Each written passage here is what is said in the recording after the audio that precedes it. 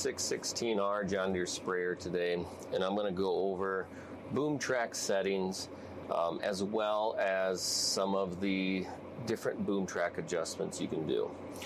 This 616R is equipped with Boom Track 2.0. To get into your boom settings, you'll go main menu, lower right corner, select your booms and nozzles under machine settings. Once you're in there, you will then go into your advanced settings. Select the arrow at the dot. Here's where you can go in and turn your boom track system on or off. Change your terrain type. So if you're in hilly ground, rolly ground, you can select hilly.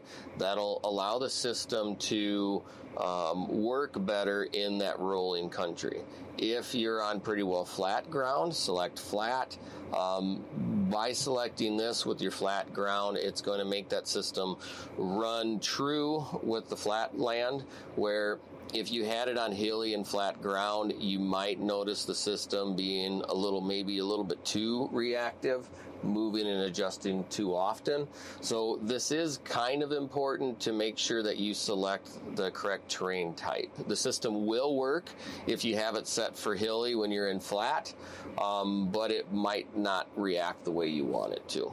Or vice versa. If you have it set to flat when you're in hilly ground, you may find the boom system not reacting fast enough.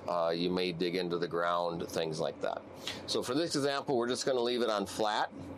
Now when you get back one step down, your height mode, this is where you can set it to either match the center height or set it so it's individual.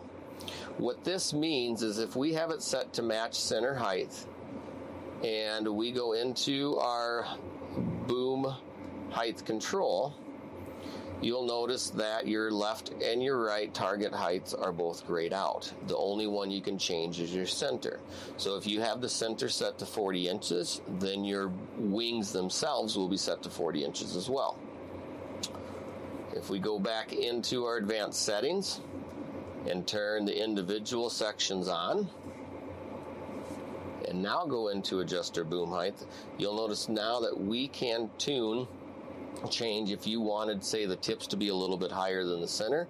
Here's where you would go and do that. We'll go back into our boom track settings.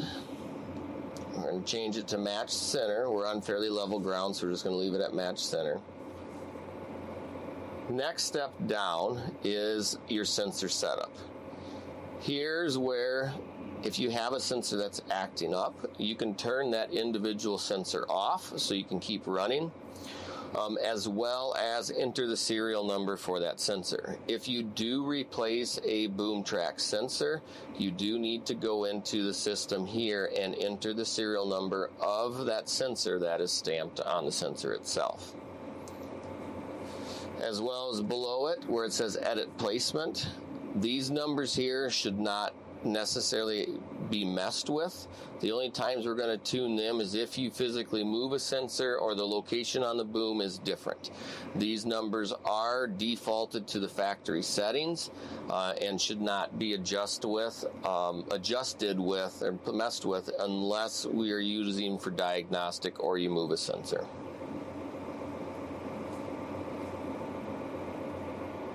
With that, we will go back into our boom track itself. When you're in your boom track system, right now I have the booms lowered, unfolded, we're ready to go. If I was to select my active height button, it will turn the system on. They will equalize to what I have it set for.